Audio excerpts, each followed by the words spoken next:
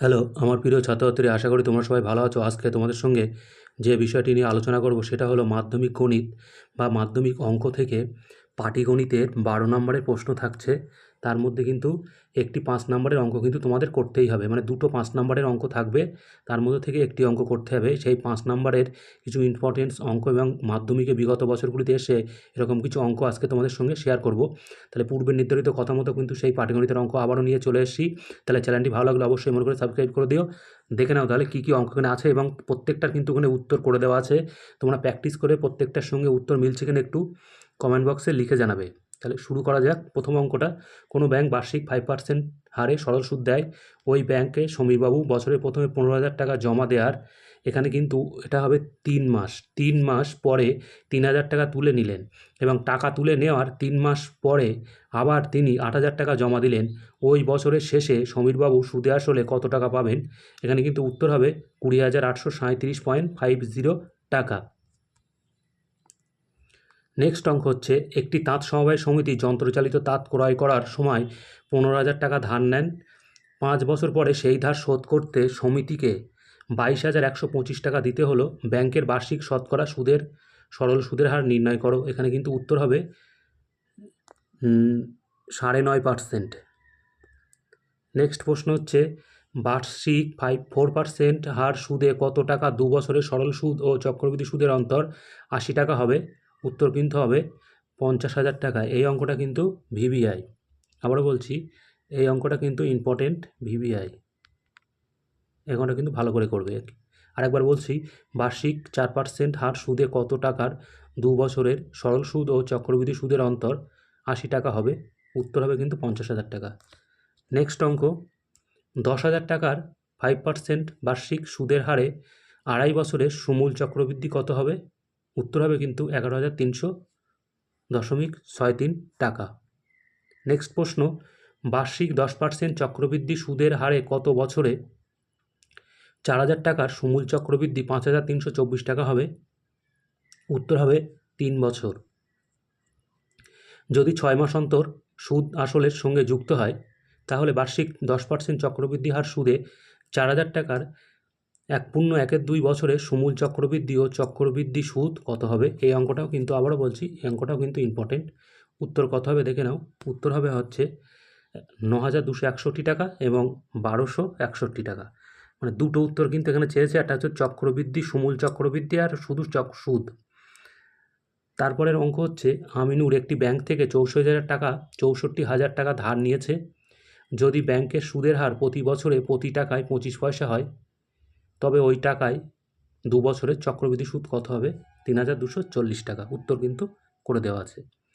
একটি শহরে বর্তমান জনসংখ্যা 5,76,000 জন। যদি প্রতি বছর 6.23% হিসাবে জনসংখ্যা বৃদ্ধি পায়, তবে 2 বছর পূর্বে ওই শহরের জনসংখ্যা কত ছিল? উত্তর হবে 5,06,250 জন।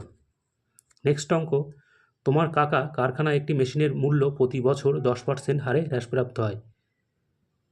মেশিনটির বর্তমান মূল্য 6,000 টাকা হলে 3 বছর পরে এই মেশিনের মূল্য কত হবে? উত্তর হবে কিন্তু 4,374 টাকা। নেক্সট প্রশ্ন, 1 জানুয়ারি এ, বি এবং সি যথাক্রমে 50,000, 60,000 ও 70,000 টাকা দিয়ে একটা ব্যবসা শুরু করে। 1 এপ্রিল বি আরও 10,000 টাকা নিয়োগ করেন, কিন্তু 1 জুন সি 10,000 টাকা মূলধন উঠিয়ে নেন। বছরের শেষে 39,240 টাকা লাভ হলে কে কত টাকা লাভ্যাংশ পাবেন? অঙ্কটা কিন্তু বেশ ইম্পর্টেন্ট, এই 10-এর অঙ্কটা। আবার বলছি, 10-এর অঙ্কটা কিন্তু বেশ ইম্পর্টেন্ট, অঙ্কটা কিন্তু ভালো করে করবে। তাই আরেকবার পড়ে দিচ্ছি।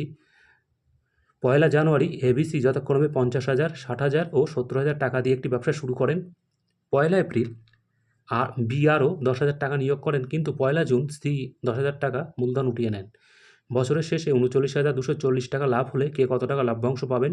উত্তর হবে, এ পাবে 10,800 টাকা, বি পাবে 14,580 টাকা, সি পাবে 13,860 টাকা। উত্তর ঠিক হচ্ছে কিনা তোমরা একটু ভালো করে মিলিয়ে নেবে। এ ও বি 3:5 অনুপাতে মূলধন বিনিয়োগ করে একত্রে একটি ব্যবসা শুরু করলো।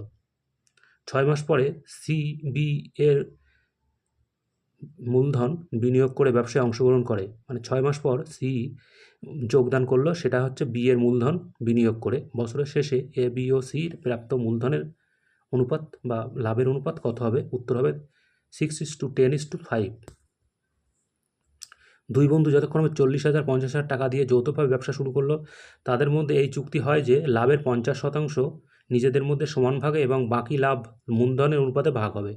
প্রথম বন্ধুর লাভের পরিমাণ দ্বিতীয় বন্ধুর লাভের থেকেও 800 টাকা কম হলে প্রথম বন্ধুর লাভের পরিমাণ নির্ণয় করো। উত্তর হবে কিন্তু 6,800 টাকা। এই অঙ্কটাও কিন্তু ভিভিআই, এই অঙ্কটা কিন্তু বেশ ইম্পর্টেন্ট, এই অঙ্কটা ভিভিআই।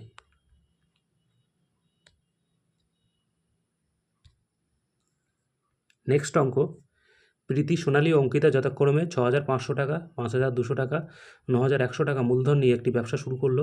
ঠিক 1 বছর পরে 14,400 টাকা লাভ হলো। ওই লাভের 2/3 অংশ তারা সমান ভাগে এবং বাকি অংশ মূলধনের অনুপাতে ভাগ করে নিলে কে কত টাকা লাভ্যাংশ পাবে? উত্তর হবে প্রীতি 4,700 টাকা, সোনালী 4,400 টাকা, অঙ্কিতা 5,300 টাকা। এ, বি ও সি যৌথভাবে 1,80,000 টাকা দিয়ে একটি ব্যবসা শুরু করলো। এ বি এর থেকেও 20,000 টাকা বেশি এবং বি সি এর থেকেও 20,000 টাকা বেশি দিল। লাভের পরিমাণ 10,800 টাকা হলে তাদের মধ্যে ভাগ করে দাও।